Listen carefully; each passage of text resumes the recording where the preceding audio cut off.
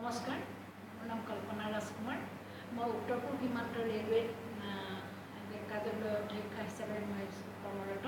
আৰু মই আজি বিকাশপিডিয়া আজি 3 বছৰ আগতে মই চিনাকি হৈছিলোঁ। তেতিয়া মই এবাৰ আহিছিলোঁ। তাৰপিছত কিন্তু এইবাৰ যিটো আহিছোঁ মই আৰু এটা ভাল অভিজ্ঞতা এটা লৈ আহিলোঁ।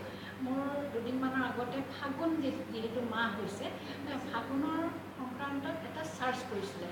তেতিয়া আমাৰ টিচাৰ পৰিশইকীয়া মেডামে মোক ফোন কৰিলে যে উদ্দীপনাৰ সম্পাদিকা, তেওঁ ক'লে যে এতিয়া ফাগুনৰ চাৰ্চ কৰোঁতে বিকাশপিডিয়াত আপোনাৰ নামটো আপুনিয়ে হয় নেকি? মোৰ খুব ভাল লাগিলে। আৰু এইটো যে আমি অসমীয়াৰ বিকাশপিডিয়াৰ যে এটা চাৰ্চ কৰি যে আমি এটা ফাগুনৰ সম্পৰ্কে এনেকৈ গুগলতো আমি নিশ্চয় সকলোৱে এনেকৈ দিয়াৰ পৰাহে বস্তু চাৰ্চ কৰে।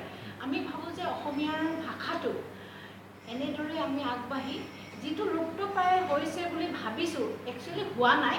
আমাৰ ডিজিটেল মিডিয়াত যিটো হৈছে এইটোৱে আমাৰ অসমীয়া ভাষাটো আৰু উন্নত কৰিব বুলি মই আশা কৰিলোঁ।